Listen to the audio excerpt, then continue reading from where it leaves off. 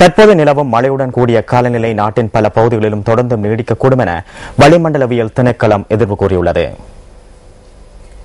இந்த காலநிலை வடக்கு மற்றும் கிழக்கு பகுதிகளில் நீடிக்கும் எனவும் வளிமண்டலவியல் திணைக்களம் தெரிவிக்கின்றது. மழை மற்றும் இடியுடன் கூடிய வானிலை வடக்கு, வடமத்திய, கிழக்கு, ஊவா மற்றும் மத்திய மாகாணங்களில் நிலவக்கூடும் எனவும் எதிர்ப்பு கூறப்பட்டுள்ளது. நாட்டின் சில பிரதேசங்களில் 100 மில்லிமீட்டருக்கும் அதிகமான மழை வீழ்ச்சி பதிவாகக்கூடும். இடியுடன் கூடிய மழை மாலை வேளைகளில் வலுவடையக்கூடும் எனவும் தெரிவிக்கப்பட்டுள்ளது.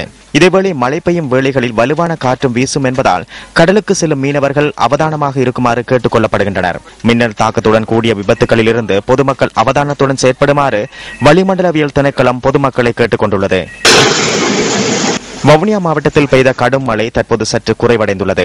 எனினும் வானம் மப்பும் மந்தாரமாக காணப்படுவதாக அங்குள்ள எமது பிராந்திய செய்தியாளர் தெரிவிக்கின்றார். தொடர்ந்தும் அங்குள்ள மக்களின் இயல்பு வாழ்க்கை பாதிப்படைந்துள்ளதுடன் தொடர்ந்து மழை வலுவடையும் சந்தர்ப்பத்தில் குளங்கள் நிரம்பக்கூடிய வாய்ப்புள்ளதாகவும் எமது பிராந்திய செய்தியாளர் மேலும் தெரிவித்தார். திருகோணமலையில் பெய்து வரும் மழை காரணமாக பாடசாலைக்கு செல்லும் மாணவர்கள் மற்றும் பரீட்சைகளுக்கு செல்லும் மாணவர்கள் பெரும் சிரமங்களை எதிர்நோக்கி வருவதாக அங்குள்ள எமது பிராந்திய செய்தியாளர் தெரிவிக்கின்றார்.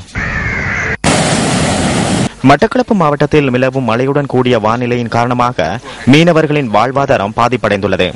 மீனவர்கள் கடலுக்கு செல்லாமல் தமது படகுகளை கரையோரத்தில் நிறுத்தி வைத்துள்ளனர். அங்குள்ள மீனவர்கள் கடலுக்கு செல்லவில்லை என அங்குள்ள எமது பிராந்திய செய்தியாளர் தெரிவிக்கின்றார்.